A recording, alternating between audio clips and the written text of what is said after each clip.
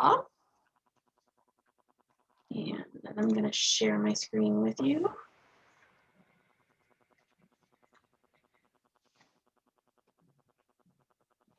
Okay, so welcome to the Archaeology of the Roman Diet. I am really excited to have you all here. Like I've been saying, Roman food is kind of my jam. It's the thing I love, and I love to talk about it. So today what we're going to talk about is a little bit different. What we're going to talk about today is the background of the Roman diet. So there's been this long-held belief that the average Roman citizen subsisted on a vegetarian diet. So what they were eating was cereals, olive oil, grains, and not really a whole lot else.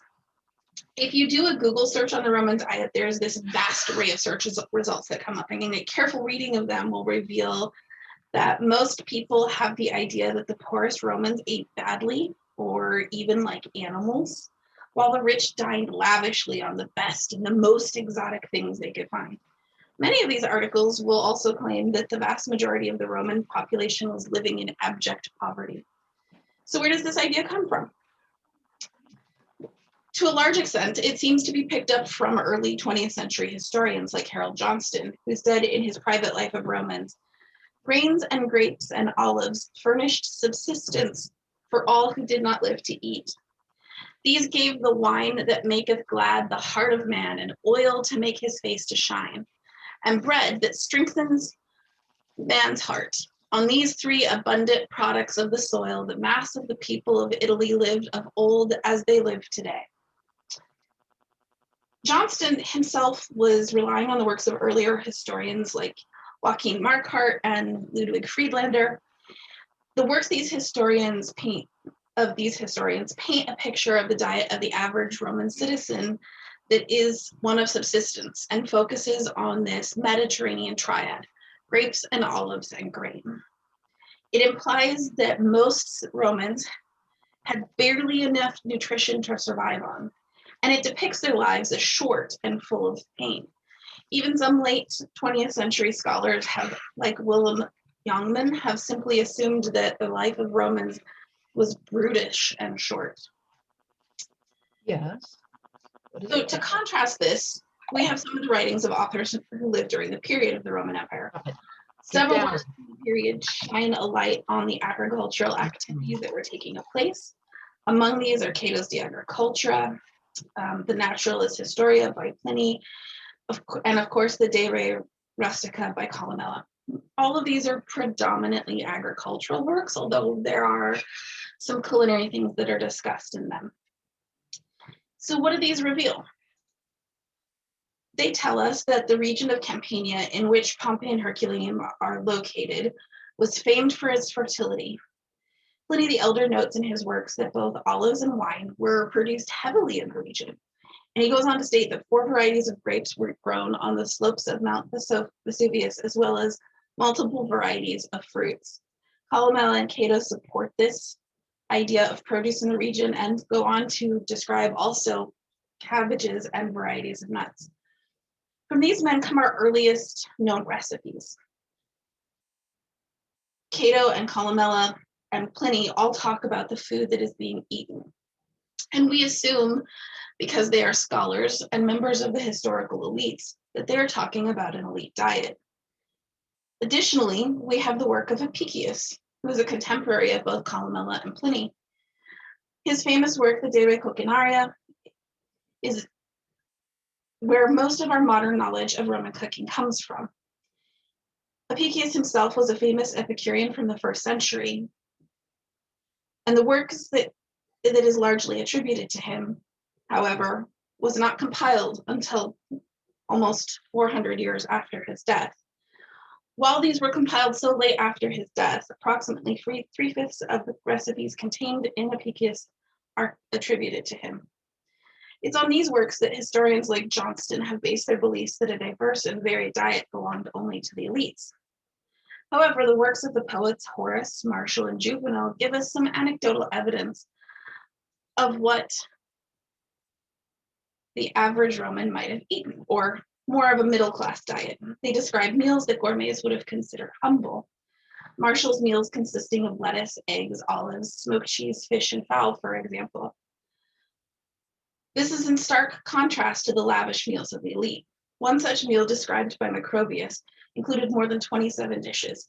It was comprised of 7 varieties of shellfish, 5 types of bird, hares, deer, and wild boar, just to name some of the delicacies. Despite the simple words and descriptions, the literary works of the poet suggest that even people living a more middle-class lifestyle had a real gastronomic tradition that existed all the time in the background. Their descriptions of dining focus on more locally available proteins, vegetables, and varieties of cheeses, but they also tell us that there is a commitment to flavorful foods. This is evidenced again by the detailed descriptions of sauces that are to be served with certain dishes. So is there something between the lavish feasts of Apicius and the Mediterranean triad suggested by 20th century historians? Because, come on, none of us believe that all Romans ate like the Romans in this picture. The first clue that our understanding of the Roman diet is not complete based on our current understanding can be found in the poetry. However, if we look more deeply and we continue to look at new and opening windows of opportunity, we can see scientific evidence beyond the works of the poets that suggests that our understanding of the Roman diet is not complete. The new excavations taking place at Pompeii and Herculaneum have opened to us a perfect window of opportunity for further research. What happened to Pompeii and Herculaneum that opened this window on a living community? Well, as I'm sure many of us are aware, in 79 AD, life around Pompeii and Herculaneum changed drastically. These two cities sit in a key region of Campania, and they rest on the shores of the Bay of Naples. Towering over them is Mount Vesuvius. The residents of this region had long lived in the shadow of the mountain and farmed on its fertile landscape. But they had little idea that one day the mountain would drastically alter their lives, and in the process, create a time capsule of Roman life. While they had some suspicion that the ground beneath their feet was not completely solid, as in 62 CE, a massive earthquake shook the region, causing significant damage to both Pompeii and Herculaneum. Many scientists now speculate that that quake was just the beginning of Mount Vesuvius becoming active once again. However, the residents of the affected towns remained oblivious to the danger that loomed over them. As a result, they were wholly unprepared for the eruption of the volcano that took place in 79 CE. As you can see from this picture, these towns are in very, very close proximity to the volcano. And it is this close proximity that has created such an amazing opportunity for study of the Roman diet. History's best account of what occurred on the day of the eruption comes from the eyewitness account of Gaius Plinius Caelius Secundus, or Pliny the Younger as he is more commonly known. In his letters to the historian Tacitus, he describes the violent eruption of the mountain in great detail. His account of the event includes ash and stone falling from the sky, as well as choking, noxious fumes. He even recounts the efforts of his uncle, Pliny the Elder, to rescue the endangered citizens before he died in the attempt. Painters for centuries have had a great deal of fun and renown from painting depictions of the volcano exploding. This particular picture is based largely on Pliny the Younger's account. The people of Pompeii had no idea what to do when the sky turned black as night and the air filled with choking ash. Such a circumstance must have terrified them, as evidenced by the flight from their homes. It is clear from the archaeological record that many people fled with what they could carry. Some clearly escaped. Some took shelter, believing that this was merely something that would pass. Those who failed to escape took shelter where they could, in gladiatorial barracks, in the interiors of homes, or even in the cellars of large buildings. In the end, the places where they took shelter would ultimately become their finding resting places. Ash and pyroclastic flows ultimately buried the town under more than 20 feet of volcanic material, and in the process, a wealth of material was preserved for later generations. The impact of the eruption on Herculaneum was no less severe. However, Herculaneum shows a more staged evacuation process than Pompeii does, indicating that citizens were perhaps had a little more time to flee. As you can see, Herculaneum sits at the very edge of the Vesuvius eruption zone, and it is probably this that allowed the Herculaneum citizens more time to prepare. During the first examinations of Herculaneum, few remains were found, and this led to the belief that many of the inhabitants escaped to safety. This misconception lasts well into the modern era, until remains were located near the ancient harbor. And the finding of remains in Herculaneum is less than 30 years. So, I mean, it's really in the modern era, in our area of study, that we're starting to find the remains of people from Herculaneum. Based on the remains found on the beach and in the nearby boat sheds, it's clear that many people fled toward the harbor in an effort to make their escape by the sea. While some of those must have escaped the fury of the volcano by this path, clearly not all of them did, as we found more than 300 individuals. Herculaneum was buried in 3 times the quantity of material that Pompeii was. And the nature of the materials that covered Herculaneum are different than those that covered Pompeii. Pompeii was originally buried in layers of ash and pumice and caught only a small portion of the pyroclastic flow, while Herculaneum was almost entirely buried in the pyroclastic flow of Vesuvius.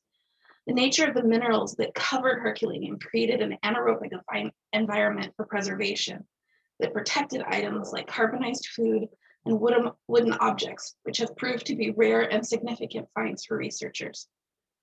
One recent find at Herculaneum graphically demonstrates just how violent the eruption of Mount Vesuvius was. The picture you see before you looks a lot like glass. The remains of this hard glassy substance was found inside the remains of a skeleton. In fact, it was found coating the interior of a skull. Chemical analysis revealed proteins and fatty acids in the substance that are consistent with human brain tissue. As a result of their analysis, researchers were able to determine that the glassy substance was in fact the vitrified remains of human brain tissue. In other words, the heat of the eruption was so violent and so high that it melted the soft tissue of the brain, causing it to solidify into a glass-like substance upon cooling. The sudden and overwhelming eruption of Mount Vesuvius sealed these towns away, and it locked them in a time capsule. In that moment, what was created was essentially for us a frozen day in the life. Some people got away, but it's clear that some people didn't. And even for the people who got away, much of their material possessions were left behind. All they took was what they could throw together in an hour or two, perhaps. Everything else stayed where it was, including all kinds of household objects, stored goods, and other things like food still cooking in the ovens. So where does that leave us today? The sites of Pompeii and Herculaneum were left largely undisturbed for centuries. This is one of the first photographs we have of excavations taking place in Pompeii. Herculaneum was originally discovered in the process of digging a well at the start of the 18th century. When it was discovered, it began to nominally undergo excavations under the auspices of the King of Naples. But this proved difficult due to the nature and the depth of the material. Unfortunately, for later generations, the early excavations also focused on simply the material culture that could be retrieved from the ground to enrich the homes of the patrons funding the work. Excavations continued intermittently over the 18th and 19th centuries before being abandoned entirely, and it would not be until the mid-20th century that excavations would resume. Pompeii's story of discovery is not much different. Here's a perfect example of damaging the material culture so they could get through to a room. When they ran out of places to go that were easy to excavate, early excavators just punched holes in the wall to see what was on the other side. In this case, they merely destroyed some wall paintings. In other places, they removed entire mosaics and frescoes so that they could take them away. This particular picture actually comes from Pompeii, and it's from the House of the Vestals. So Pompeii's story of discovery is not much different.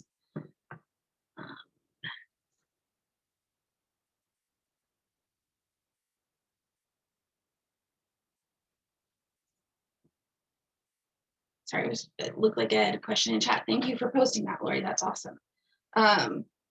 Again, under the auspices of the King of Naples, Pompeii began to be uncovered and its material culture removed and examined. The excavations were done by people with no knowledge or training, and they were not according to any formal plan. The result was a very haphazard and disjointed process of discovery. A valuable loss of research was a direct consequence of the removal of remains to designated bone houses. In many instances, when remains were found in Pompeii in the early days of digging, they were simply packed up in baskets and carried, as you see here, to an empty house on the same street. Unfortunately, during this process, many of the bones became disarticulated and therefore no longer with the bones that they originally belonged to. In some cases, the buildings that were excavated were later reburied. And due to the smaller layer of volcanic excavation debris, the excavations didn't suffer quite as badly from the interruptions that Herculaneum did. Pompeii was excavated pretty consistently from its discovery and continued through the 19th century. In the 19th century, it begins to be done on a more cohesive plan. During the 19th century, Giuseppe Fiorelli, one of the archaeologists in charge at the time, introduced a grid system, which is still in use today, for how Pompeii is laid out and cataloged. He is also the person to pioneer the casting of remains. The current Regio system exists that we have in Pompeii exists because of him and because of his formal planning. There's an unprecedented flow of information coming from the sites at Pompeii. This picture is from one of the most recent digs at the site. As you can see, they're following a much more organized plan. You can see some buildings have been protected with temporary roofs so as to protect the contents inside and also to protect rare finds like existing murals and mosaics. What's more important though for us is that archaeologists at these sites are now using new techniques and disciplines like zooarchaeology and archaeobotany and environmental archaeology to provide new information regarding the diet of ancient Romans. Based on samples of organic material, bones, even cesspits and latrines. And they're looking at things that have been previously overlooked by their predecessors. As we said earlier, early diggers seemed more interested in scavenging material culture. This is evidenced by the removal of mosaics and murals. And they tended to ignore things like food finds. More often than not, material, food and diet were ignored, although they did in some cases make note of finds related to an ancient diet, but only when significant quantities of particular food items were found. One of the entries that I find really amusing is they put, a dolium of grain or an amphora filled with fish bones. But the problem with giving us that information is largely they left the context of that out. So they don't tell us where they were found in relation to what other objects. And that makes it hard for us to place them in context of the entire scene. And in the end, this ends up limiting our understanding of those finds. It's not until the modern era that researchers actually begin to specifically include environmental sampling and archaeobotanical analysis in their plans of excavation. This more in-depth focus on the foodstuffs of Pompeii and Herculaneum has led one researcher to compile a catalog of all the food items ever found in the towns and surrounding areas. And while this work begins to shed a light on the food items found in the region, it's only a jumping off point. Because again, while the catalog is fantastic and a great resource for us, it provides no context as to where the food items were actually found, and thus makes it hard for us to decipher who would have eaten them. The continuing excavations at Pompeii and Herculaneum give researchers access to additional information and contextual data that paints a richer, more detailed picture of the Roman diet than ever before. Perhaps the most significant of these finds comes from the Cardo 5 sewer in Herculaneum, which is the largest single deposit of food finds in the region. According to Andrew Wallace, the drill director of the Herculaneum Conservation Project, to date, more than 10 tons of material have been excavated from this location. This equates to some 775 containers, each of which contains 15 liters of material. What's unique about this find in particular is what it is able to tell us about the diet of people in different socioeconomic classes. There is an entire urban block situated above the Cardo 5 sewer. Known as the Insula Orientalis II, this block was comprised of shops on the ground floor with at least 3 floors of residential living spaces above it. Artifacts discovered in this location seem to indicate that the shopkeepers lived on the ground floor in living spaces adjacent to their shops, while the upper level living spaces were occupied by wealthier, perhaps upper middle class citizens.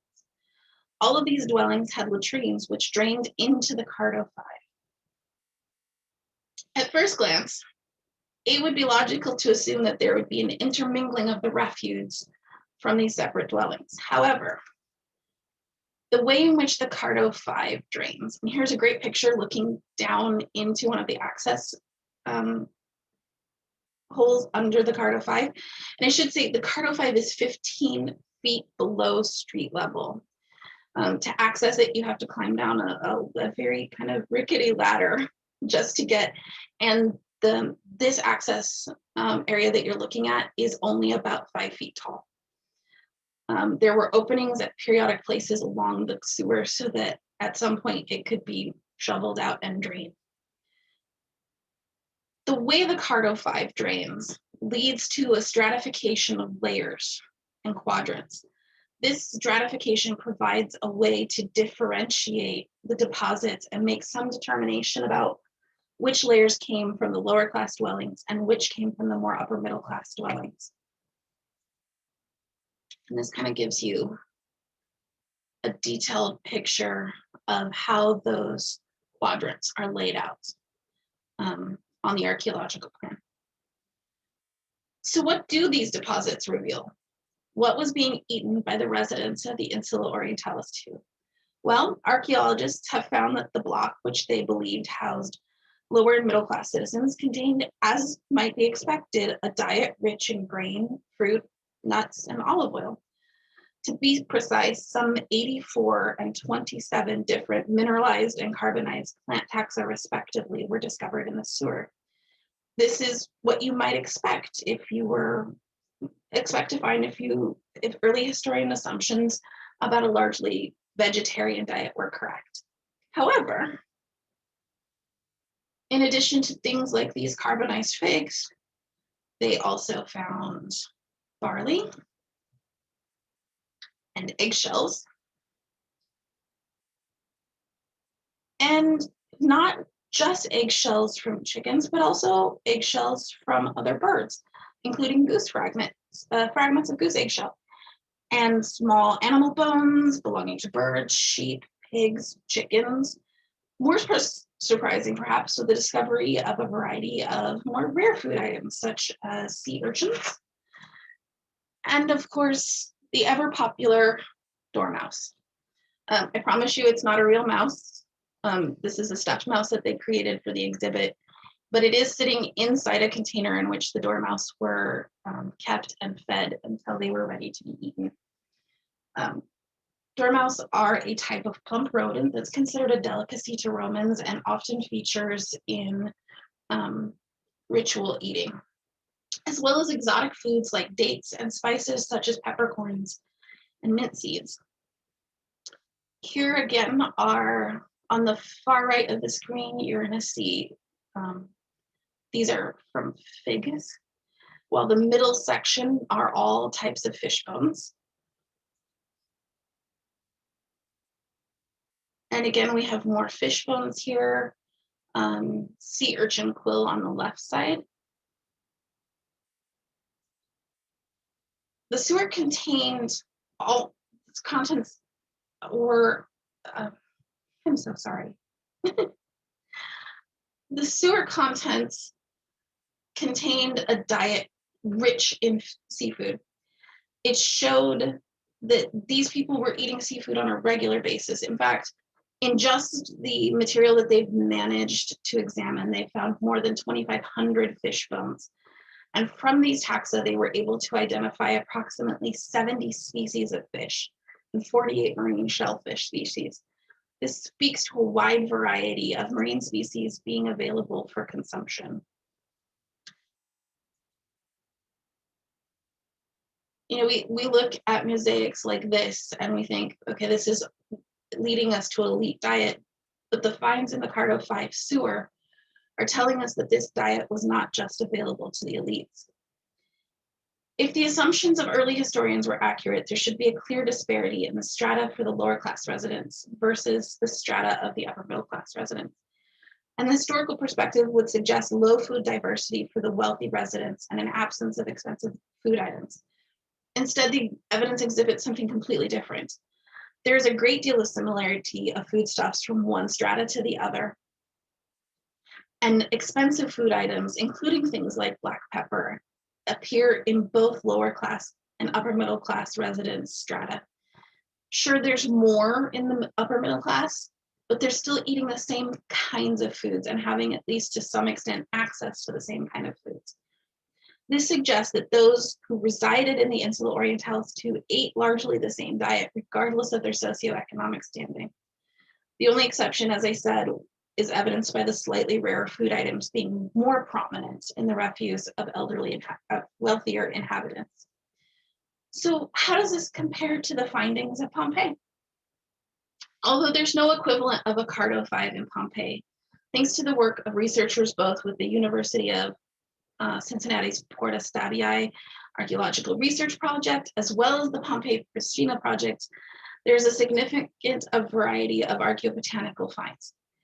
The excavations that are currently taking place at the Porta Stabii have to date uncovered at least 10 cesspits. While these are by no means as large as the Cardo 5 discovery, researchers have been able to remove several cubic meters of material for analysis. The properties in the Porta Stabii, like those in the Insula Orientalis too, showed us that there were socioeconomic distinctions between the residents living in Pompeii and even living in the same residential complex. What these finds have demonstrated is that Pompeii had a larger variety of foodstuffs than Herculaneum, as supported by the discovery of this butchered giraffe leg. For the most part, however, the finds in Pompeii greatly resemble the finds of Herculaneum, and they show us to a great extent the same level of diversity. There's also a suggestion that the wealthier residents had more access to slightly more rare food items like they did in Herculaneum. Obviously, I mean, they had access to giraffe. But to a large extent, the same foodstuffs were eaten across economic strata, including imported spices like black pepper and caraway. Here are just some of the things that have been found. And as a note of explanation, on the left side of the screen is carbonized black pepper from Pompeii next to a modern sample of black pepper.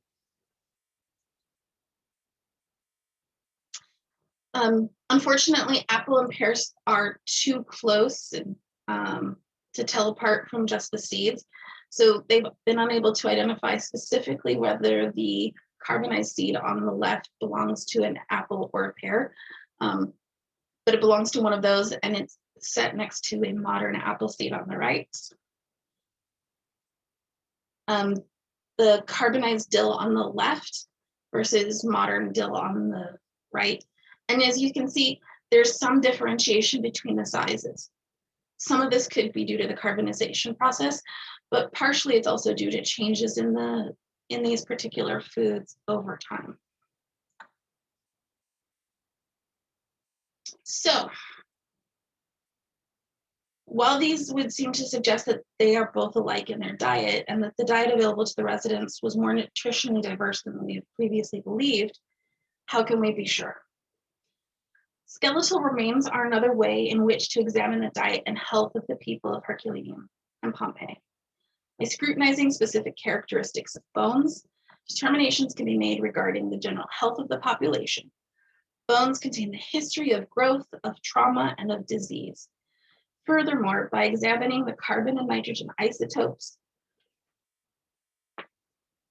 the diets, and as well as the trace minerals within the bones, clues to the diets of these individuals can be obtained through their remains. This is Dr. Estelle Laser. She is one of the preeminent scientists doing work on Pompeii at this time.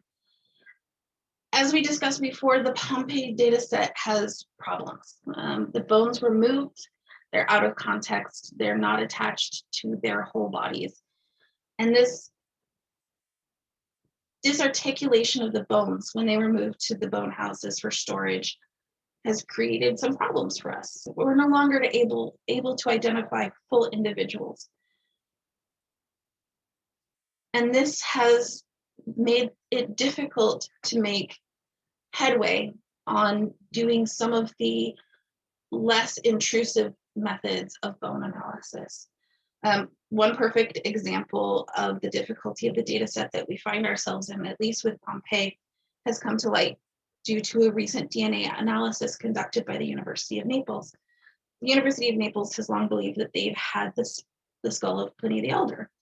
They conducted a DNA analysis on it, and while they can say after the analysis that the skull of Pliny that the skull that they believe to be Pliny's has many characteristics that would be consistent with Pliny, unfortunately, the jawbone that was with the skull belongs to a completely different individual. This is just one example of what happens when we separate the bones. It makes it really hard for us to identify full individuals.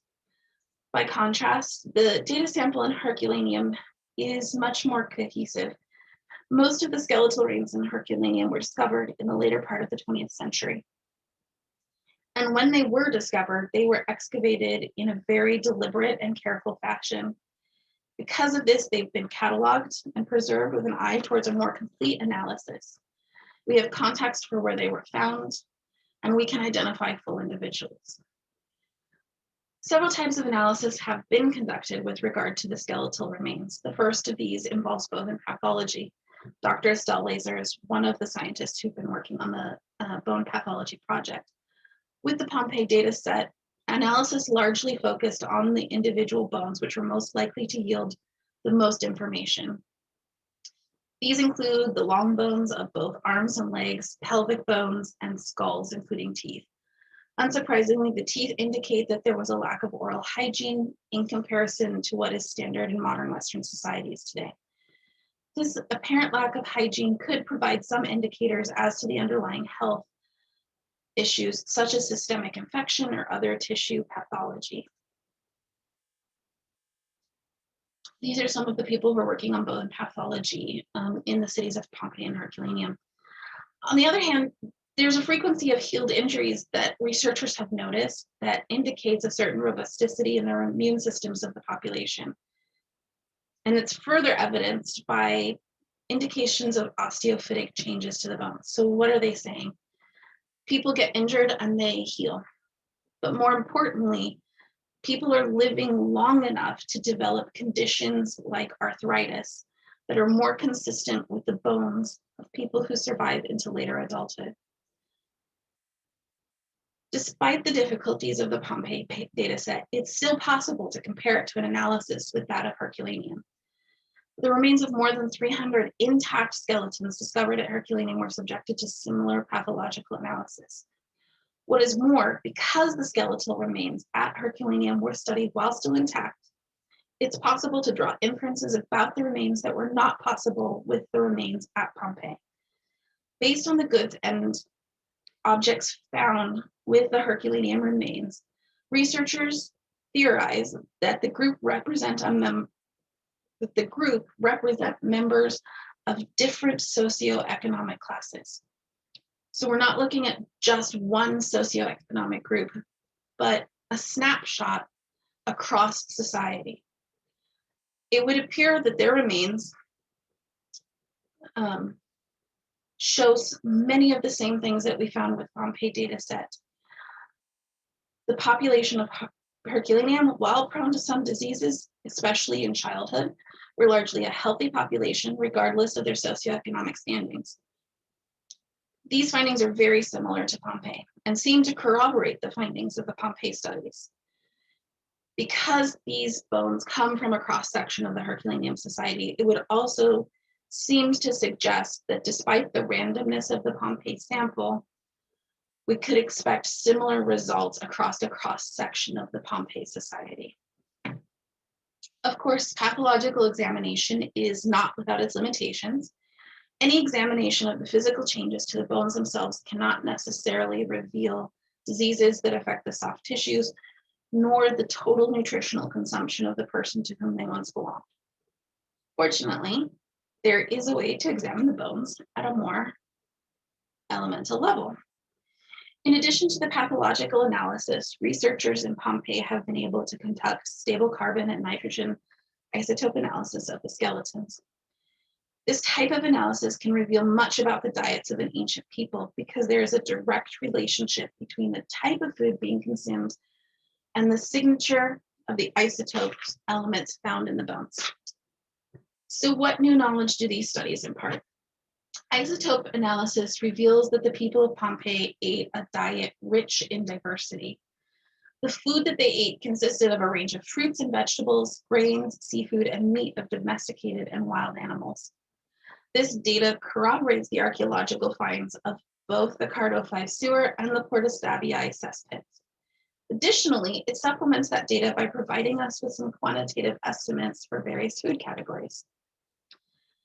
Estimates from the nitrogen levels suggest that marine proteins comprised on average between 1/4 and 1/3 of the diet, while carbon levels indicate that the remainder of the diet was comprised of plants and plant-eating animals. Carbon testing, unfortunately, is unable to distinguish between whether the food eaten is just plants or is derived from plant-eating animals.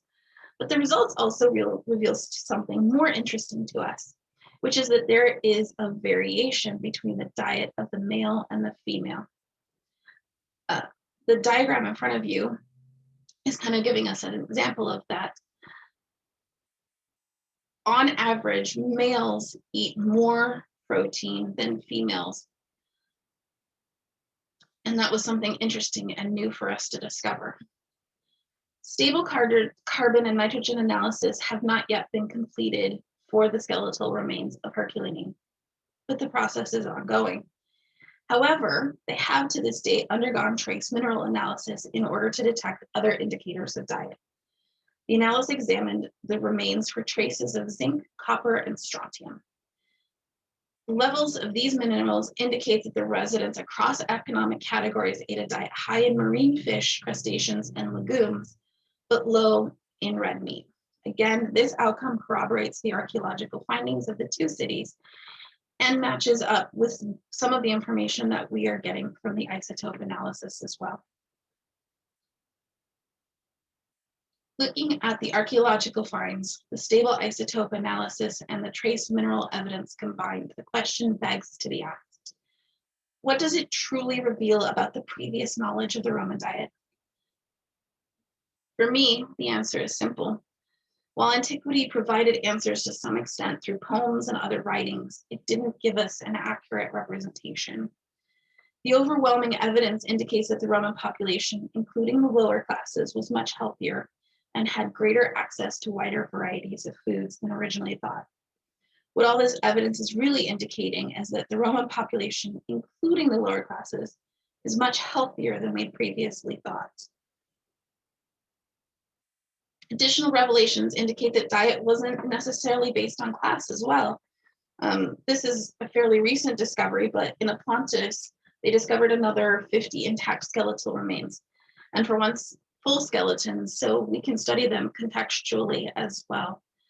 While a full analysis of these remains is still underway, preliminary forensic investigations indicate that while most people in the group, which covers a broad range of socioeconomic categories, ate meat and fish, but at least one of the skeletons, which based on bone pathology they believe to be a young woman, led a largely vegetarian diet. What's particularly noteworthy about this young woman is due to the assumptions that they make about her socioeconomic status. The value of the items discovered with her and the fact that there were no indications of hard work wear on the bones has led researchers to believe that she is a woman of some status. This would suggest that vegetarian diets were not related to poverty, but may instead reflect the availability of choice in the Roman diet. What's also clear is that what food was available was not dictated solely by what was grown in the region. Modern archaeological investigations into the agricultural regions around Pompeii and Herculaneum indicate that there was at least some reliance on outside sources of certain commodities, as much of the fertile ground was given over to more profitable export crops like grapes and wine, grapes for wine and olives for oil. It's evidence from the environment and fertility of the ground that cereals could be grown in the region, but of the local cereals, not enough was produced to feed the population. Further, the nearby Sulpice archive gives us written archival evidence regarding the imports of pulses and grains from Egypt to support the local populace. It's also apparent from the appearance of dates, peppercorns, and other non-local spices that there was a thriving trade in foodstuffs imported from other parts of the empire and beyond.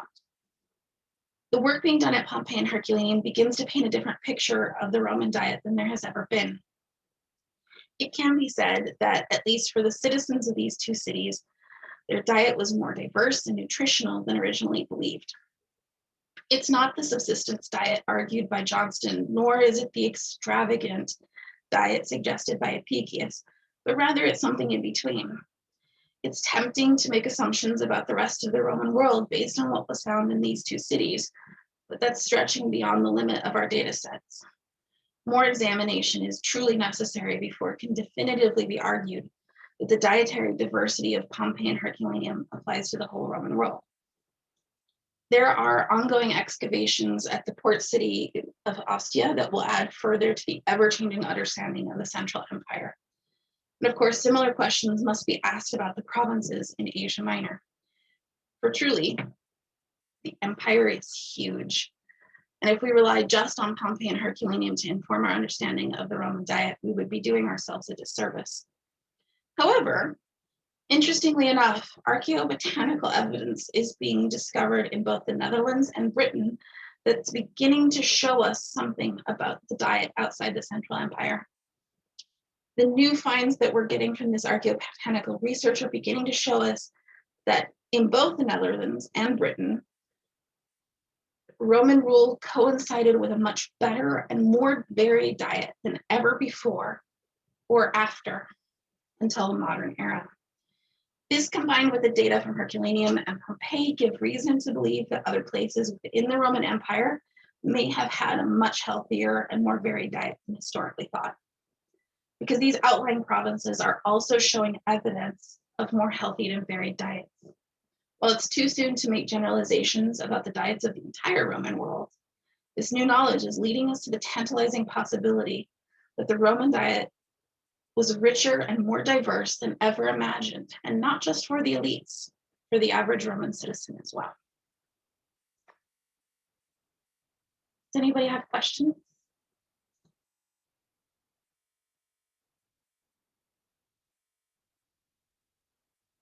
I did. I put it in chat. I did not see it, but let me go look again.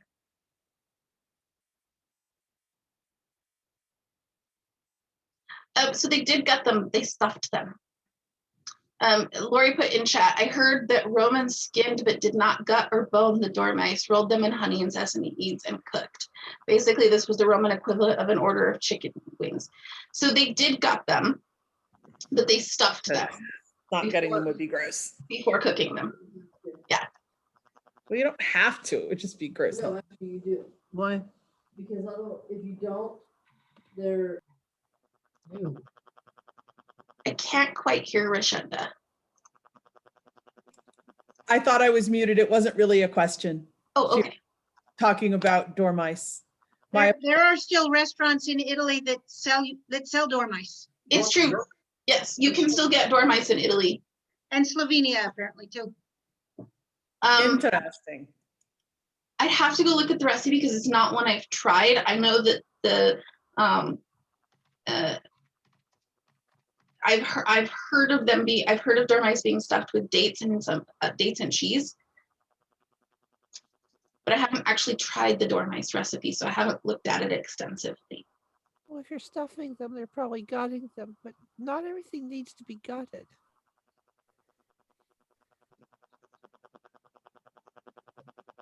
What really excites me is that the finds from the Netherlands and from Britain that they're doing on isotope analysis and trace mineral analysis there, and to find that it so closely matches two cities in the Central Empire is just, it's stunning knowledge to me, because it's giving us an idea of the impact that Rome has on their provinces as well.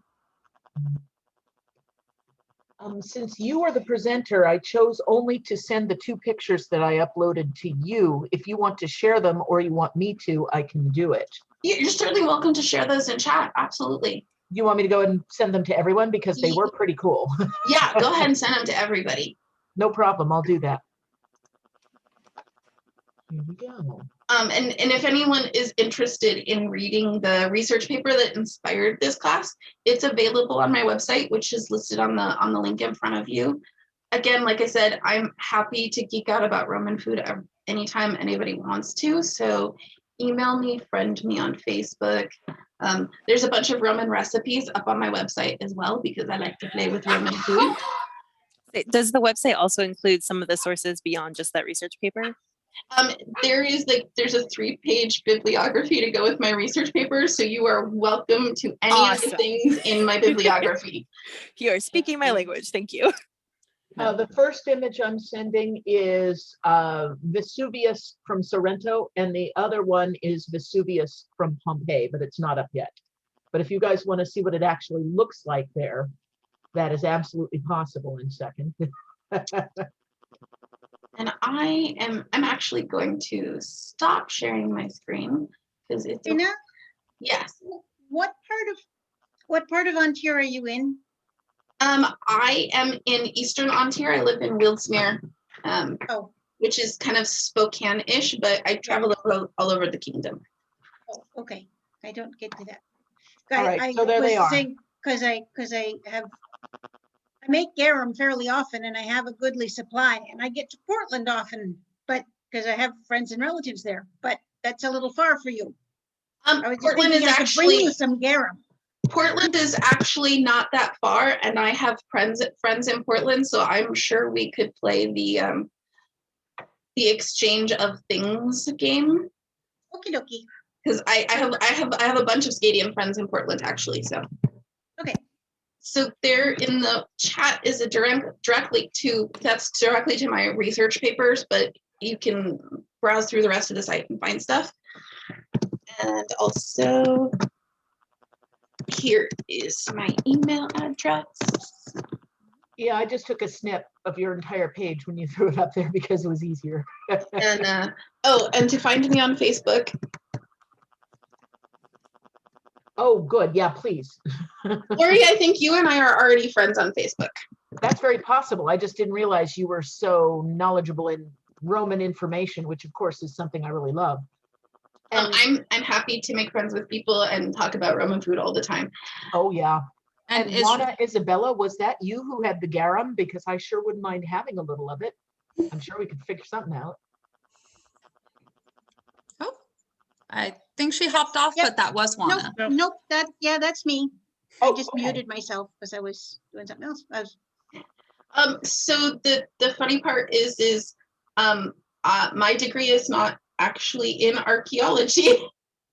I am actually a lawyer by trade, but my second major was in history as an undergrad, and I'm just in love with food and Roman food in particular, and Roman archaeology in particular. Although I have joked with many of my friends about maybe that's what I'll do when I retire, is I'll just go back to school and get an archaeology degree. You so should. My grandma got her master's at 75. Go for it. I'm taking classes periodically in the subject, so I'm kind of like slowly working my way in that direction. So I have a question And- that may not be about Roman food, though. Does anybody know whether or not you can roast steamed chestnuts got at a Chinese market? I don't know if The you're supposed to. the point of roasting chestnuts to some degree is to shell them. Mm. So if they are already shelled, there is no need, unless you just want them warmed up, because Oh, it they're doesn't, it tastier doesn't that change, way. doesn't change the taste at all? Mm-mm. No, not really. I for the last couple of years have gone to our local chestnut orchard and gathered them, and so Oh, all right. I have a Well, fair number of Yeah. chestnutty recipes, and I've been making chestnut flour and making pasta with it. So I have popped the steamed chestnuts in the oven to warm them up because I just like them better warm. Mhm. yes, Yeah, the reason why I asked is because I'm now going to go find myself some free chestnut flowers using that website that I put into the main chat, which I don't know if that shows from this room, but I found by asking a site that is worldwide, goes all the way down to the street level, and will give you anecdotal reports of where wild forage is all over your home city. There are a lot of chestnut trees on the college campus that I work at, and there are people who walk around with hammers Uh-huh. whacking the chestnuts on the ground to see if the squirrels have gotten them yet, with their like gloves and their hammers whacking chestnuts, and it is delightful. so long as they're not whacking the trees. That's know, funny. it's You pretty go around fun. whacking the nuts to see if they're still edible. No, the squirrels get them, so they whack them to see if they should bother picking them up, I guess. I don't know why they do Yeah. it. Well, crows drop black walnuts from the telephone wires. I've seen them do it. See if they can break the shell. Well, and that's even a little more tricky. The UW actually did a study on crows and found that at least locally here in Washington, the squirrels were dropping the nuts in the roads that the squirrels would come down, and then they would eat the squirrels if they got squished in the road. Bait. The They were funny, using them for bait. the funny part Yes. about that is the squirrels at my house leave them behind the tires of my car. And then after I move the car and break the nuts for them, they come back and take the remains away. Oh, that's hilarious. Or critters. I thought it was just an accident. They were there because I heard the crunch and I looked out and I'm like, oh, I ran over. No big deal. I came back from the grocery store and I'm like, there were nuts in my driveway and now there's none. It's funny that they're that smart. Hey, they have a thing going with the chickens. They take the chickens' pine cones and the chickens let them come in and eat corn. It's the funniest thing ever. Because if they go in before they give the chickens something, the chickens will chase them. But once they push the pine cone through the chicken wire, they can run through the fence and the chickens leave them alone. Oh, that's amazing. I'm telling you, the chickens are the mafia. Yeah, well, last year I didn't know what a black walnut was because I'd never seen one, but I picked them up and I said, this is a walnut. My botanical knowledge says it's a walnut.